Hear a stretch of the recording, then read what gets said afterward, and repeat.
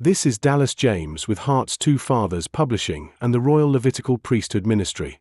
Today I am bringing you the results of 3 Life Force experiment draws conducted on March 10, 2026, under Shield Protocol 10.3 Lambda. I am calling this the Forgetting Trilogy, because each draw approached the same deep question from a different angle. What happens to memory, awareness, and identity when the old creation gives way to the new? Before I walk you through what the draws said, I want to set the frame. The synthesis lead verse for all 3 draws is Exodus chapter 39, verse 41. It reads, "The garments of service to minister in the holy place, and the holy garments for Aaron the priest, and his son's garments, to minister in the priest's office." This verse comes at the very end of the tabernacle construction narrative. Everything has been built. Every thread has been woven. And verse 41 tells you what it is all for. Garments prepared so that the priest can enter the presence of Elohim. The priest does not walk into the Holy of Holies in his street clothes. He is vested before he crosses the threshold. Keep that image in your mind as we move through these 3 draws, because it holds the entire trilogy together. Draw number 1 asked, is the time when all things are forgotten at the start of the new heavens and new earth, but not after death? The lead verse was Exodus number 40:84, the golden calf incident. Israel stood at the threshold of Sinai, the very doorway of the new covenant, and they took the gold from their own ears and fashioned an image of Egypt's god. They had left Egypt, but Egypt had not left them. The forgetting had not yet occurred. That tells us something crucial. Departure is not the same as arrival. Israel departed Egypt at the Red Sea, but they did not forget Egypt until they entered the Promised Land.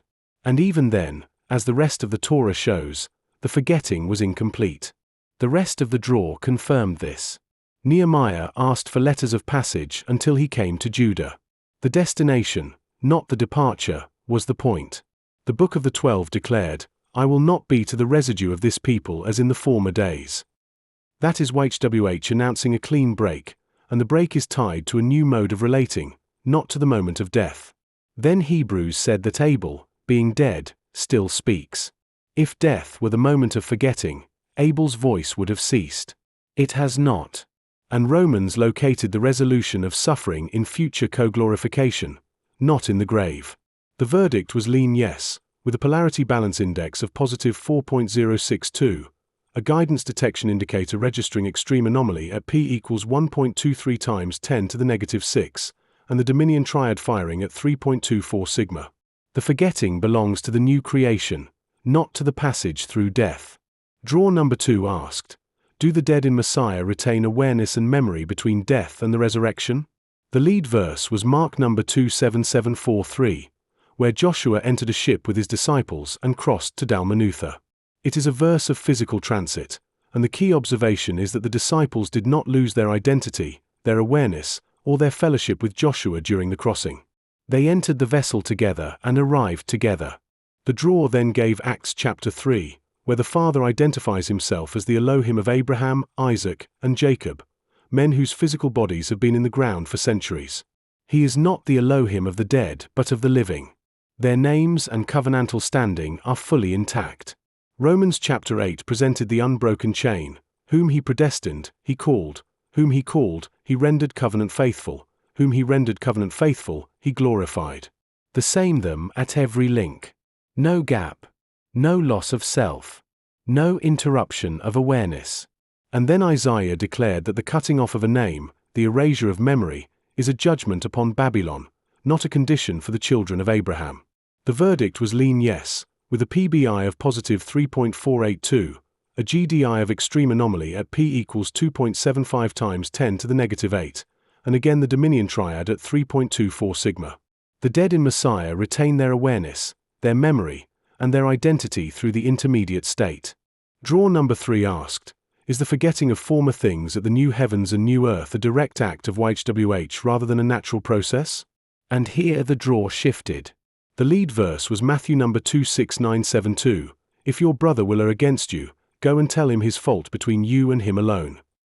The first voice of the draw was not concealment or erasure. It was correction, hearing, and return.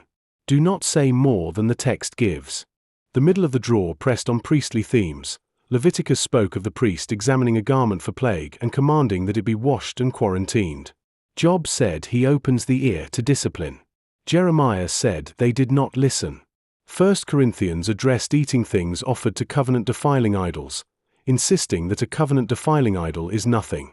The Book of Kingdoms warned of being cut off from the covenant inheritance land. And Exodus closed with an image of 50 hooks of brass joining the tent together as one complete unit. The cluster sounds like ordered dealing, discernment, and cleansing, but it never plainly says, which causes the forgetting as a separate act. No direct textual hit was found on remember or forget. The GDI was still extreme anomaly, but the PBI was cautionary at -2.352, and the Convergence Confidence Index dropped to 62%, partial convergence. The verdict was lean no. The draw does not support pressing the forgetting as a distinct, isolated act of YHWH upon the human mind. It is safer to say that YHWH makes the new heavens and the new earth, and within that making, the former things pass, fade, and do not rise upon the heart. The forgetting is embedded in the architecture of the new creation, not surgically performed upon the memory. Now here is where Exodus 39 verse 41 pulls all three answers into one picture. The priestly garments are made before the priest enters the presence. That is draw 1. The forgetting belongs to the threshold of the new creation, not to the passage through death. The garments replace what was worn before, but the priest is still Aaron, still carrying his name and his calling. That is draw 2. Identity and awareness survive the crossing. And the garments are prepared under divine instruction, every stitch following the pattern shown on the mountain, yet they are woven by Bezalel and the craftsman, by communal hands. That is draw 3. The forgetting is divinely patterned but architecturally embedded, not a single isolated intervention. So here is the teaching of the Forgetting Trilogy. The dead in Messiah do not lose their awareness or their memory when they die. Abel still speaks. Abraham, Isaac, and Jacob are known by name in the heavenly court. The chain from predestination to glorification has no missing links. But when the new heavens and the new earth dawn, the covenant faithful are reclothed. They are vested in the garments of the new creation. And in that investiture, the old garments, the former things, the weight of sorrow and pain and the cognitive burden of the old age, those are set aside. Not ripped away. Not surgically removed. Set aside, the way Aaron sets aside his daily garments when he puts on the holy vestments to enter the presence. The forgetting is not an amputation. It is an investiture. The former things do not rise upon the heart because the heart has been given something so much greater to carry. The glory of the new vestment makes the old one irrelevant. 3 draws. 3 extreme anomalies. 1 coherent word. The Dominion Triad fired at 3.24 sigma across every single draw. The Father is speaking to the full architecture of covenantal standing, identity, inheritance, and priesthood, and he is saying, I will clothe you for the new order, and when I do, the old order will simply have no place. This is Dallas James. Shalom.